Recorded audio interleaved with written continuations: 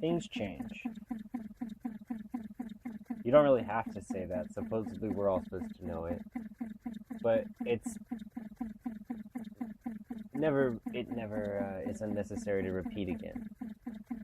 Because like it's not something you just permanently get to acknowledge. There's a kind of back and forth between this behaving as if things are stuck as they are, or wanting them to be stuck in some different way, versus actually like living in the space in between these two landmark points.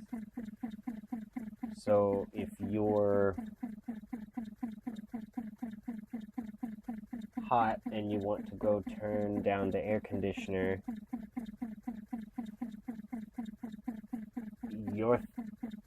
you're conceptualizing hot as a static point to get away from, and cooler as some kind of static point to get to.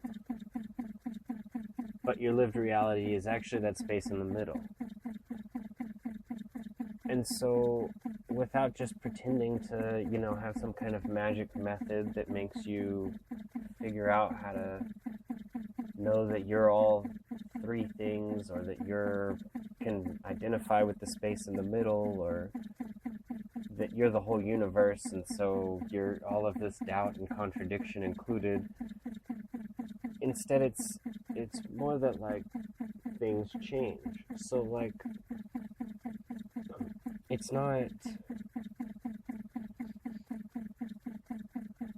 not your perspective alone that's changing. Like certainly your perspective changes. You can just like close one eye and see that it's different if you close the other eye. That's not a big deal. It's more like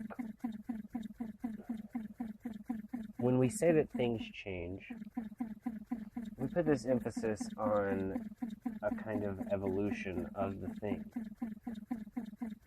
That if we had a tree in our front yard and we took a picture of it every year and we compared the pictures together, we could set them in a row and look at all of them year by year, we would see change.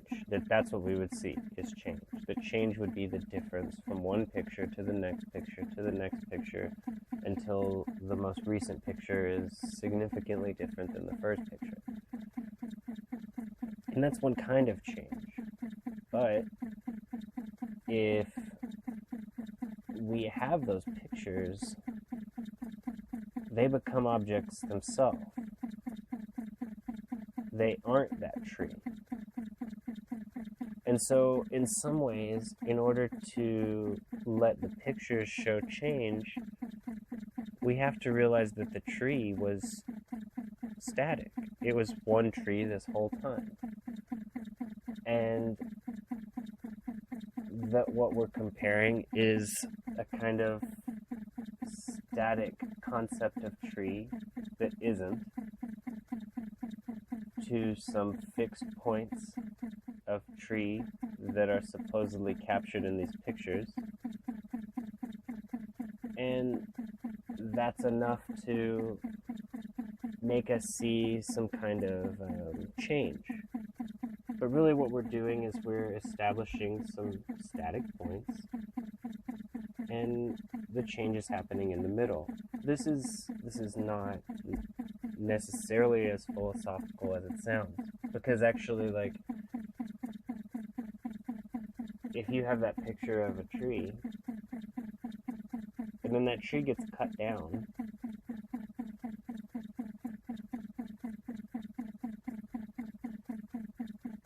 the tree isn't there for you anymore, but the picture is still there for you. And somehow the picture is a picture of the tree. So the picture isn't the tree, but the picture becomes something that can endure. And that enduring presence of the tree in its absence, whether it's in the picture itself or in the act of connecting that picture to the thing that's missing, the tree doesn't entirely disappear, it changes. Yes, in some ways it goes from being a material to something immaterial, a memory or a thought or whatever, a story. But in other ways, that memory and that thought, they are a kind of material because they require some time spent recounting. So what used to be something you could experience immediately, you could just walk outside and you could see that tree. You now have to take a moment and remember the tree. The tree is no longer an instance. The tree has changed. It's become the history of the tree, the story of the tree, the narrative that you have to fill with instances of the tree. But remember, this was already true, because even when the tree was there, and we took all these pictures, we could see these instances of the tree, and that's how we knew there was change. What this means is that there's always instances of the same object. One way to look at it is that the object changes over time. It evolves, it transforms, it mutates. Another way to look at it is that it's literally everything else that changes. It's not that one is correct and the other one is not. These are both two fixed, static points because they're two static methods. If you understand that your consciousness is the movement from one to the other, which means you don't get to bask in static points. This is dialectic. This is two directions of a single thought. The reality is the thing that can be reached from both directions. This is what makes it reality. If it could only be reached from one direction, it would be some kind of imagination. It would be some kind of fantasy. It might even be some kind of fetish. But true reality can be reached from many directions. So don't abandon the methods you're using, but ally them with other methods. Because true conclusions, correct thinking, is approachable from any direction with any resources, because any fixed point can provide a jumping off point to move toward another fixed point. So when you feel like you're waiting for change, you're only waiting for change from the perspective, through the method that you're using now.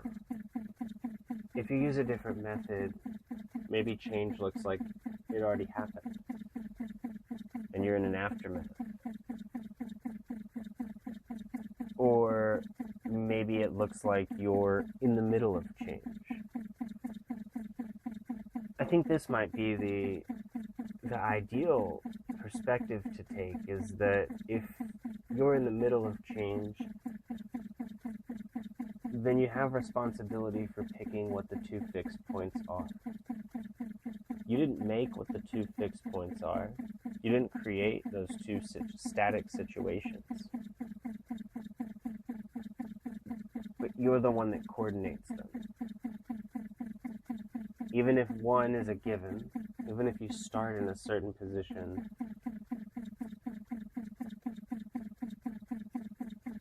where you're going, the direction you're moving,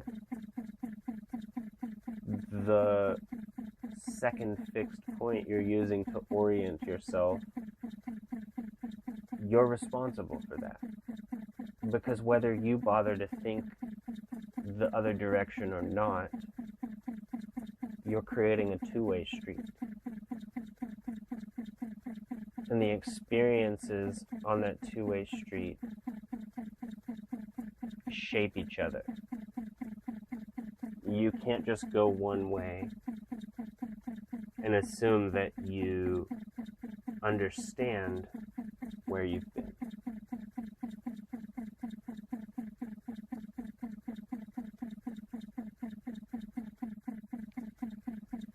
Things change.